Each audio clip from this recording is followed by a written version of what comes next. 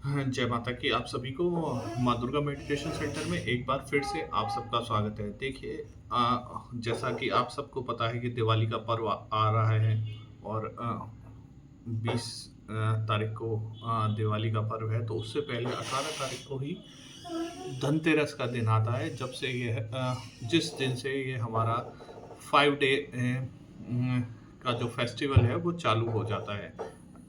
देखिए, धनतेरस मेनली 3 देवताओं की पूजा की जाती है। माता लक्ष्मी की पूजा की जाती है, भगवान धन्वंतरी की पूजा की जाती है और भगवान कुबेर की और या गणपति की आप पूजा करते हैं। देखिए, माता लक्ष्मी की हमें पूजा जो करते हैं और भगवान कुबेर की जो पूजा करते हैं, हम वेल्थ के लिए करते हैं, यानी हमारे घर में सुख समृद्धि समृद्धि हमेशा का वास हो। भगवान धन्वंतरी की पूजा, यानी जो भगवान धन्वंतरी हैं उनकी पूजा हेल्थ के लिए की जाती है कि हमारे परिवार में या हमारी खुद की या हमारे आसपास जानने वालों की या हमारे देश में लोगों का स्वास्थ्य बहुत ही अच्छा रहे और किसी को भी कोई ऐसी अनहेल्थी इशू ना हो। तो इसके लिए हम भगवान धन्वंतरी से प्रेयर करते हैं। ठीक है। तीसरा है कि भगवान गणपति की भी तो हम हर पूजा से पहले पूजा करते हैं, क्योंकि वे विघ्नहर्ता हैं और जो भी हमारी लाइफ में ऑब्स्टेकल होते हैं उनको वो दूर करते हैं। तो इस तरह से हम इन देवी देवताओं की हम पूजा करते हैं धनतेरस के दिन। धनतेरस के दिन आपको क्या करना चाहिए, आइए इस विषय पर और चर्चा कर लेते हैं, जिससे हम छोटे छोटे स्टेप जान लेते हैं, जिससे हम अपनी जो वर्शिप है उसको थोड़ा एनहेंस कर सके और उससे अच्छे से फ़ायदा ले सके। देखिए, धनतेरस से पहले ही आपको अपने घर को बहुत अच्छे से साफ सफाई कर लेनी चाहिए, और जिससे जो भी नकारात्मकता चीज़ें हैं उनको आपके घर से बाहर कर देना चाहिए। और वो बाहर कैसे जाएंगी, तो आप अपनी साफ सफाई करेंगे, आप अपने घर के प्रत्येक कोने की साफ सफाई करेंगे, तो जिससे जो नेगेटिव एनर्जी हो गई थी, यानी जो बहुत सारी चीज़ें हमारे घर में ऐसी होती है जो साल भर या कई बार सालों से ज़्यादा हो जाती है और वहाँ से वो हिलती ही नहीं है, जिससे वो धीरे धीरे उनकी एनर्जी नेगेटिव होने लग जाती है। जब हम उनको मूव कर देते हैं तो उसमें उनमें जो प्रकाश और वायु जो स्वच्छ उस स्थान पर जाती है, और जिससे वहाँ की एनर्जी का वाइब्रेशन चेंज होता है और वो पॉजिटिव होती है। तो इसलिए ये दिवाली का पर्व जो सनातन धर्म में मान्यता है, इसका बहुत ही महत्व है। और धनतेरस के दिन जब हम सफाई कर लेते हैं, 5 दिन का पर्व मनाने की तैयारी कर लेते हैं, जिसकी शुरुआत धनतेरस वाले दिन से होती है। तो इस दिन हम जब पूरी घर की सफाई कर लेते हैं, सब चीज़ों को हिला लेते हैं, जो भी आपके घर में स्टिल चीज़ें हो जिनको नहीं हिला पाते, आप उनको थोड़ा सा हिला के और उस कोशिश करिए कि आप उस एरिया की सफाई कर लें, लेकिन नहीं कर पाते तो भी आप उन फर्नीचर्स को थोड़ा सा मूव करके और वापस उस स्थान पर रख दीजिए, जिससे वहाँ की एनर्जी चेंज हो और पॉजिटिव एनर्जी इंक्रीज हो। ठीक है। इस दिन आपको अपने पूरे घर में नमक का पोंछा लगाना चाहिए। आप अपने पानी में थोड़ा सा नमक डालिए, और अगर आपके पास गौमूत्र अवेलेबल हो तो गौमूत्र भी डालिए, और उसका ही पोंछा आप पूरे घर में लगवाइए। जिससे क्या होगा कि घर में जो भी आपने सफाई की है और जो भी एनर्जी आपने फर्नीचर्स को हिला के, या जो आपके बहुत सामान पड़ा हुआ था जो बहुत दिनों से जो हिला नहीं था, उसको हिला के थोड़ी एनर्जी चेंज करनी चाहिए, तो वो एनर्जी उस नमक के पानी से रिमूव हो जाएगी और गौमूत्र के से वो पॉजिटिव एनर्जी में कन्वर्ट हो जाएगी। ठीक है। तो वो उससे क्या होगा कि आपके घर में पॉजिटिव एनर्जी एकदम इनहेंस होगी और आपको वो महसूस होने लगेगी।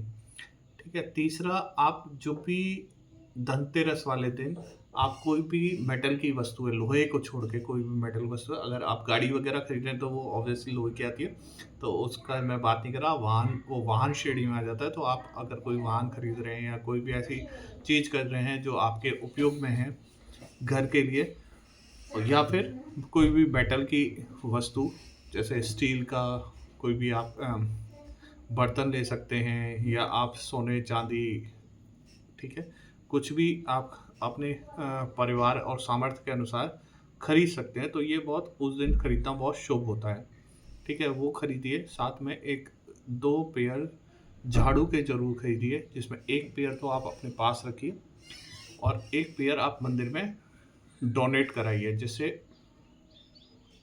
अ, आपकी जो वेल्थ है उसमें आप देखेंगे कि इंक्रीज़ आपको फ़ायदा होगा। ठीक है, 2 पेयर इसलिए कभी भी आप झाड़ू सिंगल झाड़ू मत लीजिए, हमेशा 2 पेयर में लीजिए, 2 झाड़ू लीजिए, पेयर में लीजिए, ठीक है? और उस झाड़ू को आप अपने मंदिर के पास रखिए और शाम को उसकी पूजा करिए, ठीक है ना? और वो भी किसी काले कपड़े को छोड़कर किसी अन्य कलर के कपड़ा जो भी आपके पास अवेलेबल हो उस पर रखिए मंदिर के नीचे, ठीक है?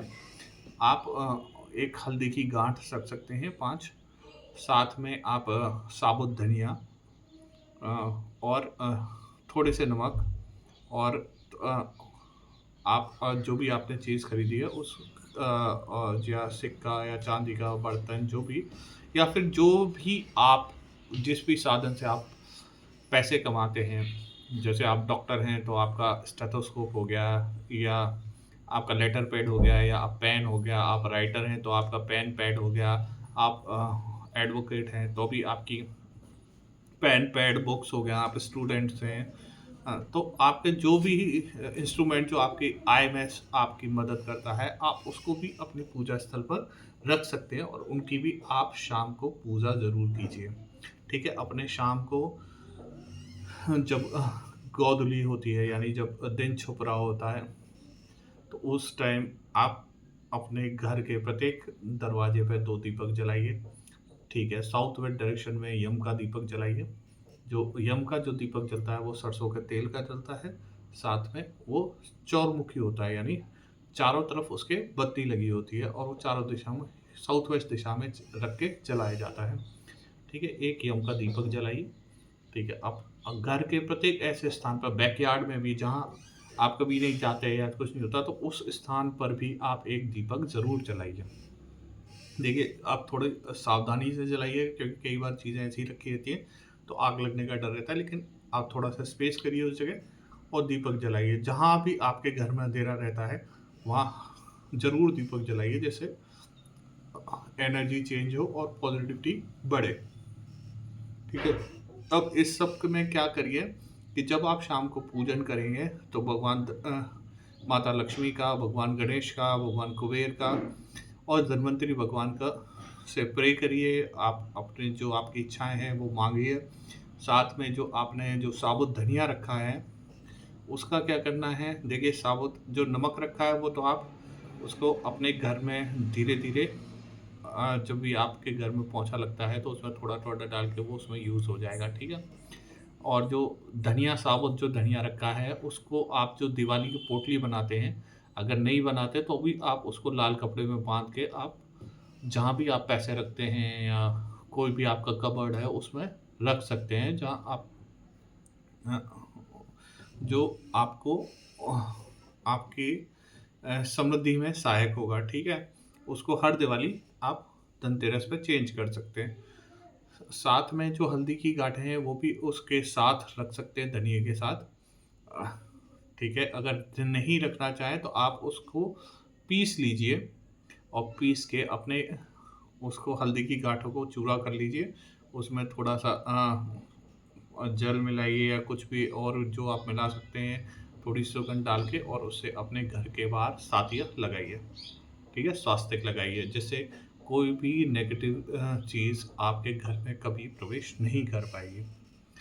अ, तो वो उस काम आ जाता है। साथ में आप अपनी झाड़ू ऐसे स्थान पर रखिए जहाँ किसी को वो दिखाई ना दे, साथ में किसी का पैर ना लगे और कोशिश करिए कि अ, उसको ऐसी जगह ना रखें कि जहाँ अ, आते-जाते सबके पैर लग रहे हैं या आप उसको फेंक रहे हैं, तो झाड़ू लक्ष्मी का प्रतीक मानी जाती है उनको, और सदा खड़ी झाड़ू नहीं रखनी है, हमेशा लिटा के रखनी है।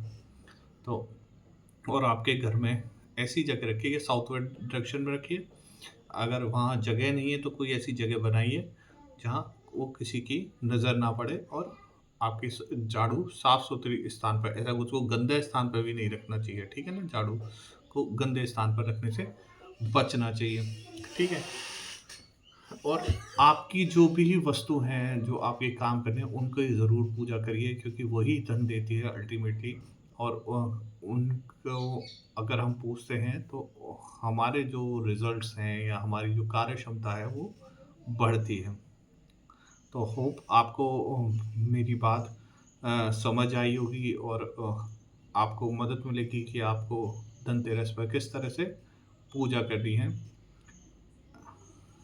आपको ये धनतेरस भगवान धन्वंतरी आपको हेल्थ दें, माता लक्ष्मी और भगवान कुबेर आपके घर में धन वर्षा करें और भगवान गणेश आपके विघ्नों को हरें। इसी की कामना के साथ जय माता की।